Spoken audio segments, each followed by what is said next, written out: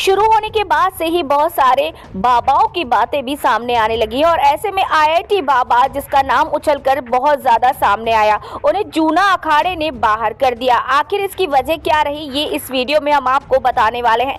जूना अखाड़े के सचिव महंत डॉक्टर करणपुरी महाराज ने कहा कि आईआईटी बाबा कोई साधु नहीं था, आईआईटी वाला बाबा अखाड़े का नहीं था, वो तो मवाली था। ये बात तक सामने आई है।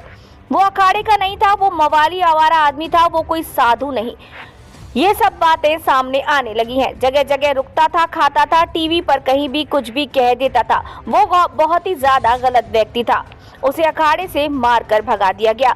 हम लोगों ने अखाड़े को उसने बदनाम करने का काम किया। घूमते हुए अखाड़े में आया था, किसी के माध्यम से नहीं आया था और ना ही किसी का चेला था। प्रयागराज में चल रहे महाकुंभ में जूना अखाड़ा आईआईटी बाबा के नाम से वायरल अभय सिंह पर कुपित है।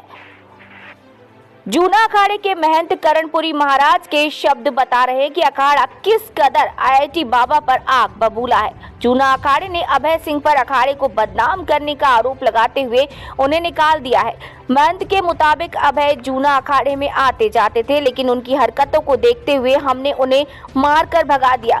महाकुंभ 2025 के दौरान आईआईटी बाबा को लेकर इंटरनेट पर तरह तरह की वीडियो उपलब्ध है।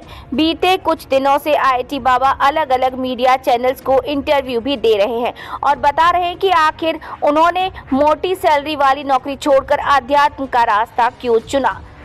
और एक इंटरव्यू में भी उन्होंने ये बात बताई थी।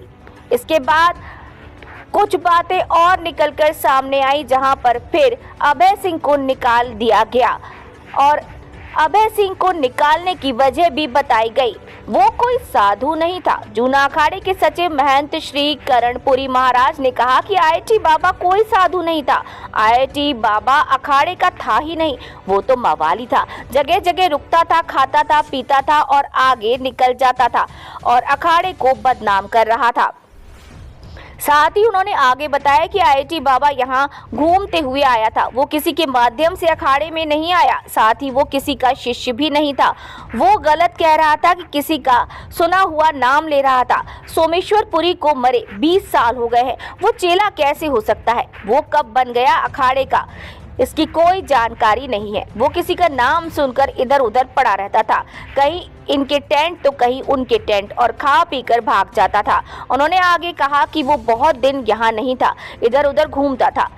जब सबको पता चला तो उसे आने नहीं दिया और पास बैठने तक नहीं दिया, भोजन नहीं दिया गया, भगा दिया गया। उसे कई दिन पहले ही भगा दिया गया। उससे कोई व्यवहार नहीं रखता और ना ही उसे कोई अपने साथ या पास बैठाता है। आपको यहाँ पर हम याद दिला दें कि महाकुंभ में आईआईटी बाबा बहुत ज़्यादा फेमस हुए क्योंकि वो बहुत पढ़े लिखे थे और संन्यास लिया, और इस बात से सभी इम्प्रेस भी हुए। लेकिन अब तरह तरह की बातें सामने आ चुकी हैं और उन्हें लेकर अखाड़े में आक्रोश भी है। अखाड़े वालों का कहना है कि आईआईटी बाबा की इन हरकतों की वजह से अखाड़े में भयंकर आक्रोश है। अखाड़ा उनका ही सम्मान करता है जिनके पास अखाड़े की पहचान है। इस शख्स ने कई दिनों तक लोगों को अपनी सच्चाई से अवगत नहीं कराया और हकीकत में सच्चाई को छुपा कर रखा।